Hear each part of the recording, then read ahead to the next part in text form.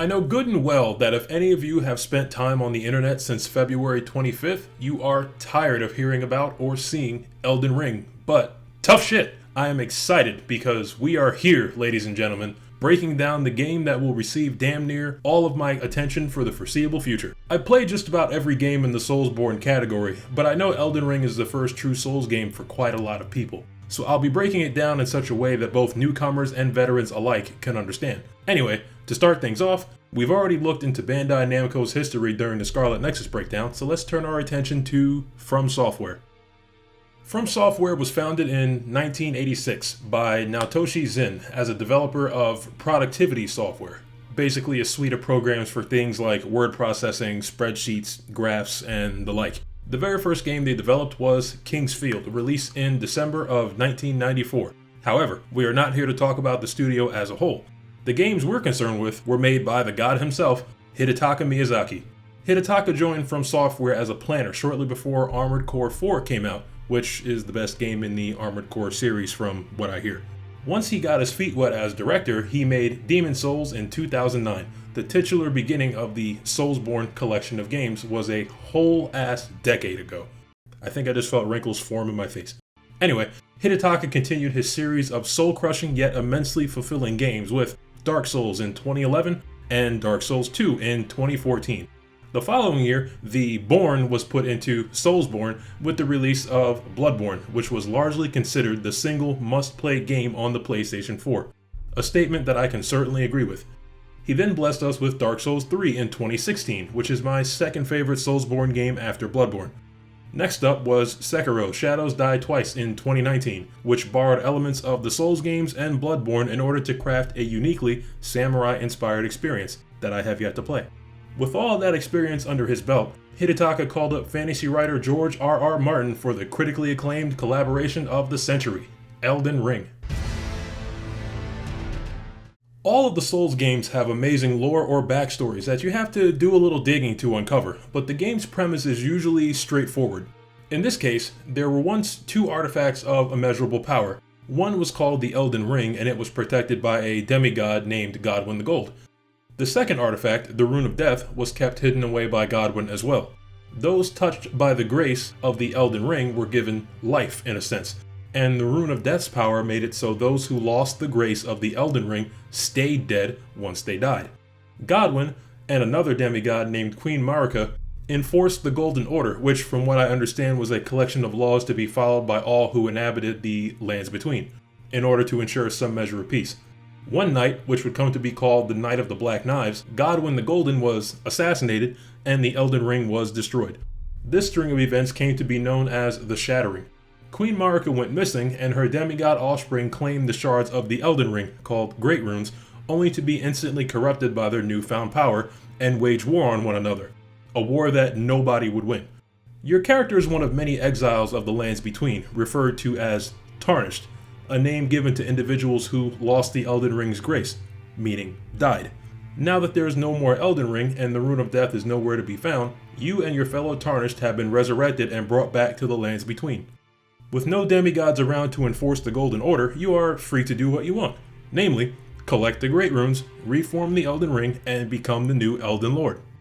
Souls games have never been ones to hold your hand, but I was more than a little surprised to see that Elden Ring starts players off with an honest-to-goodness tutorial. This tutorial is easily missable, but it is there. When you create your character and enter the game, you skip on over to this intimidating boss who will slap the life out of you. Once you reawaken in the underground cavern, drop into the lower cavern next to the sitting phantom and you will be put through an actual tutorial that will get you acquainted with the basics of the game. You know, as tutorials usually do. After that, you meet the very first NPC of the game, and he insults the shit out of you.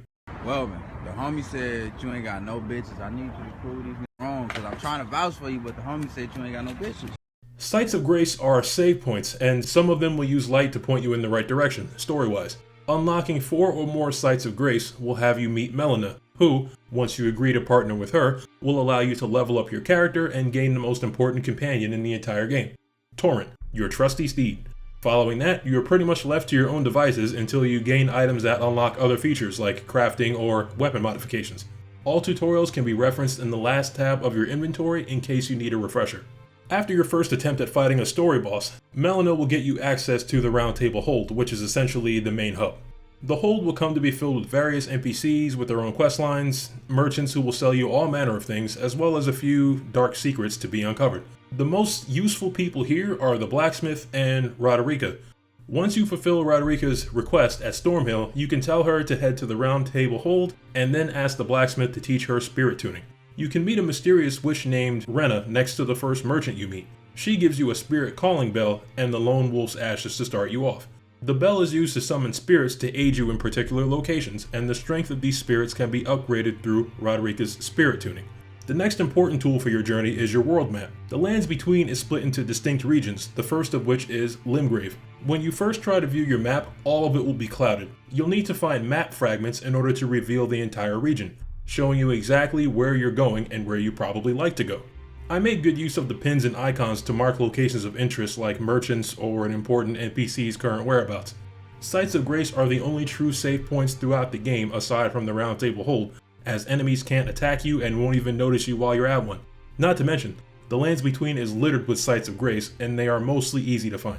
Resting at a site of grace will heal you and refill your sacred flasks, which are your primary method of healing, but it will also respawn and reset about 95% of the enemies you've killed, save for special ones like the giants here. Things you can do at sites of grace include advance the time of day, spend runes to level up your character, increase the usage count and amount of healing done by your sacred flask, equip spells, mix 1 or 2 special ingredients to create a special buff drink called a Wondrous Physic, sort through your storage chest, and alter garments. My favorite of the features is the altering garments, where you can remove or add certain aspects to specific armors, like capes. I don't mind wandering around on Torrent, searching for new foes to fell or gear to equip, but if you get lazy, fast travel is available from the start to and from any sites of grace you have visited previously. During your travels, you will find treasure chests and, once in a while, a joke chest that teleports your character to a faraway location, most likely one you have not been to before and you definitely do not want to be at now. When this happens, fast travel is disabled until the next time you rest at any site of grace. If you are fast enough and notice that the chest you opened is a joke chest, you can roll away before being ensnared in the trap. As far as voluntarily roaming the Lands Between, I most often find myself exploring on foot, so I can take things slowly and not miss any items or secrets. While riding on Torrent, you can avoid most dangers and zoom around, but you're more likely to miss things. Now, for the most technical part of this, character attributes, combat, and equipment. There are tons of weapons in the game. Not like Borderlands tons, but more than you will use in any given playthrough. The majority of weapons will have different combos depending on whether you are one-handing or two-handing that weapon. Every weapon, with crafted items like throwing knives or bombs included, does more or less damage depending on what character stats they scale with. Scaling is You know what? I can already feel I'm losing you. Let's break this down even further into simpler bite-sized pieces of crucial information. Character attributes do exactly what stats in other games do. Tell you how good you are at stuff. There are 8 character attributes for you to choose from anytime you level up. Vigor increases maximum HP, which is the red gauge, and immunity, which is your defense against poison and blights. Mind increases maximum FP, which is the blue gauge, and raises focus, which is your defense against sleep and or madness. Endurance increases maximum stamina, which is the green gauge, and affects your robustness, which is your defense against hemorrhaging and frostbite. Endurance also increases your equipment load, which determines how much equipment you can have equipped at any given time. If your equipment load exceeds 70% of your maximum, your dodge roll will be about as effective as a square wheel. The remaining 5 stats affect combat abilities. Strength is mainly for heavy weapons and also raises physical defense. Dexterity is for weapons that require a bit of finesse and also reduces casting time of spells, reduces fall damage, and increases how much damage you can sustain before you are thrown off of Torrent. Intelligence is for staves and sorceries while also improving magic resistance. Faith boosts incantations, and lastly, Arcane affects how often you discover good items, while also increasing holy defense and vitality. It's also needed for a select few sorceries and incantations. On to weapon and attribute scaling. Let's say I'm a strength-focused warrior who came from humble beginnings as a naked fuck with a stick. As soon as I was able to level up, I started allocating points to strength to increase my damage. After a little while of doing the Unga Bunga, I found my first real weapon, the Lordsworn's Greatsword, which has a base attack of 136. The Greatsword requires 16 strength and 10 dex to effectively wield with a single hand, and has attribute scaling of D in strength and D in dexterity. Every weapon has a minimum stat requirement to wield and scales to one or more of your combat stats, the effectiveness of which, called attribute scaling, is stamped with a letter grade, E being the worst and S being the absolute best. With a scaling of D, my character's strength wasn't doing much in the way of additional damage. Next move, get to a blacksmith. Blacksmiths can enhance your weapon via smithing stones, from its base level to a maximum of plus 25 for normal weapons. Enhancing increases the weapon's attack power as well as its attribute scaling at certain thresholds. That's great, but we're not done yet. Next, we find Ashes of War. Ashes of War apply a skill and an affinity to the weapon, basically an additional combat move or buff, and allows the weapon to lean further into whatever attribute you are going for. Most weapons come with a skill already, but what we're after is the affinity. In my case, I chose an ash called Wild Strikes, and the heavy affinity in order to improve strength scaling.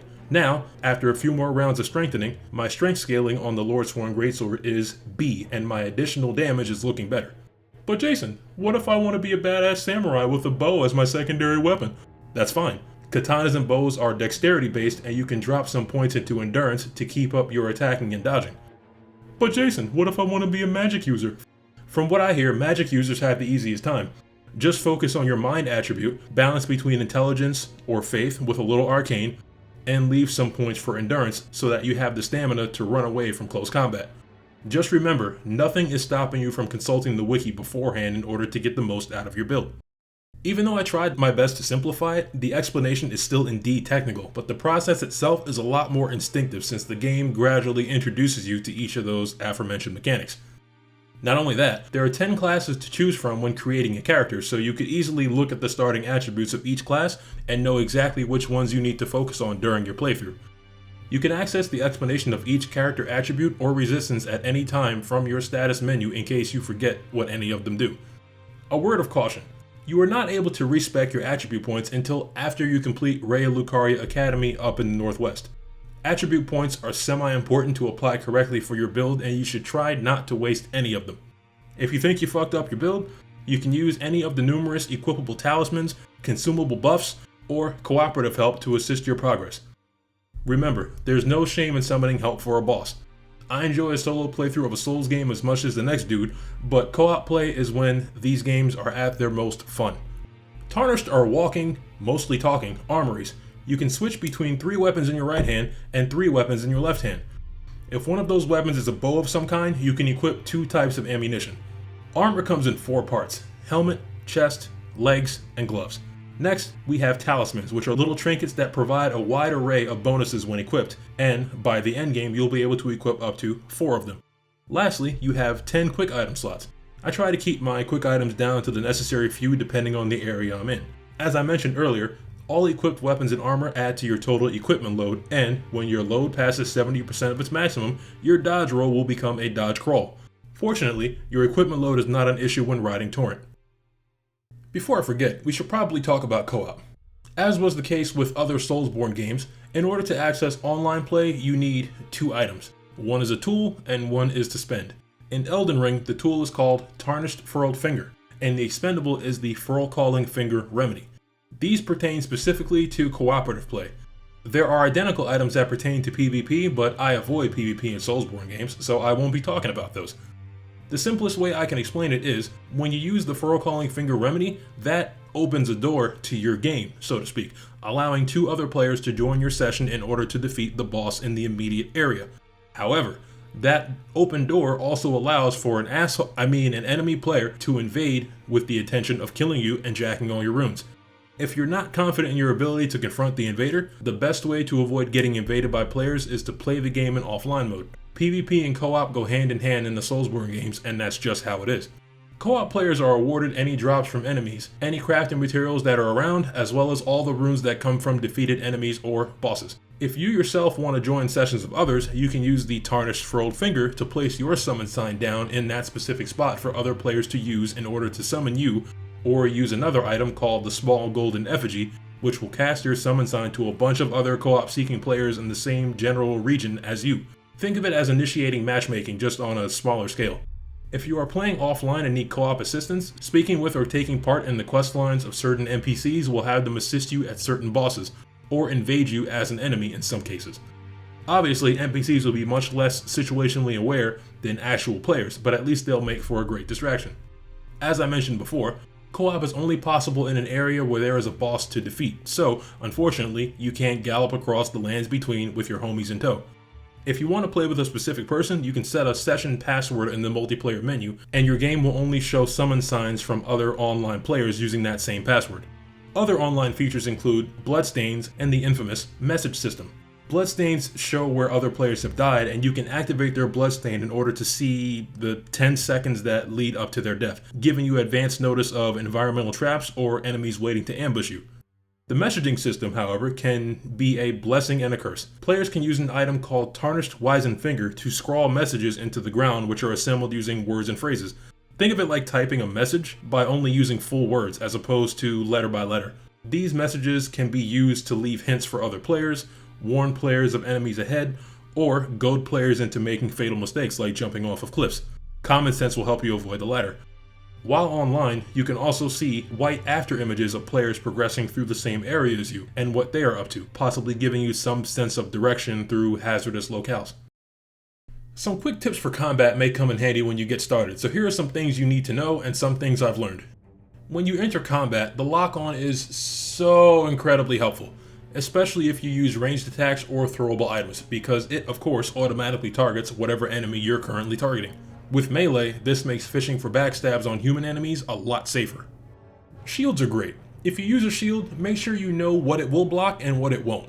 Viewing a shield's guarded damage negation values in your inventory will let you know where you stand against certain damage types. Quick example, let's say your shield has a physical defense value of 100 but a magic defense value of 47. That means your shield, stamina permitting, will block 100% of physical damage taken, but if the weapon that is attacking you is imbued with magic, the magic damage will still get through and damage your HP. The damage negation values of your equipped armor also factor into this. Combat has a thing called stance break. When you are guarding and your guard is damaged, your stamina will drop until it runs out, and you are left wide open for enemy attacks or a critical blow. The same thing happens to enemies. The easiest way to achieve this being repeated attacks to their guard or jump strikes. Yes, you can freely jump in Elden Ring, and Souls veterans, myself included, were very surprised to learn this. A move I use most often in combat is the guard counter. If you've got your shield up, an enemy attacks it, and you immediately use a heavy attack, you perform a counter attack that has a strong chance to stance break weak enemies. Be careful though, because some higher level enemies can shrug off the guard counter and continue attacking you due to them having high poise. Not to mention, some enemies can perform guard counters against you as well, so watch out.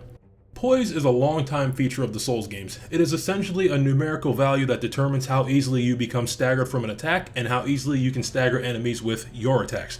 Heavier armor pieces as well as two-handing your weapons provide noticeable bonuses to poise, allowing you to easily shrug off attacks that would immediately kill or gravely wound characters wearing leather or cloth. Death in Elden Ring isn't too bad. Just like the games before it, dying makes you drop all of your runes at the spot you were standing a few seconds before your HP hit 0. Your runes will remain on the ground, marked on your compass by a glowing symbol. If you die again before picking up your runes, you lose them for good. Even if you die while not having any runes, your death spot will still be marked on the compass by the same glowing symbol, and I hope they fix that soon. When you die, you can either be reborn at the last site of grace you visited, or at a stake of Marika. Stakes of Marika serve as checkpoints that are usually placed right outside of boss rooms or very close to a boss encounter, but they are not guaranteed safe spots like sites of grace. Dodging is the best way to stunt on enemies, and is best performed in the opposing direction of an attack. Magic bolts come at you from the right, dodge to the left. Enemies swinging a weapon at you, dodge in the direction they swung the weapon from. Dodging has iframes, meaning that, for the majority of your dodge animation, you are immune to damage. Alternatively, if your character is knocked down, your iframes last until your character begins to get up, at which point you can dodge back to your feet to avoid further potentially fatal attacks. Dodging uses stamina, and stamina should never be wasted in the midst of combat. As I've told a friend who I have been helping through the game, dodge with purpose and never in panic. When fighting bosses, always expect a second phase where the boss gets stronger or switches up their moveset. Not only that, don't get too upset if you can't beat a certain boss. There are always other bosses to kill and other places to gain runes. Go explore, experience other parts of the world, get a few more levels under your belt, try again at a later time. My man Kenny Rogers said it best.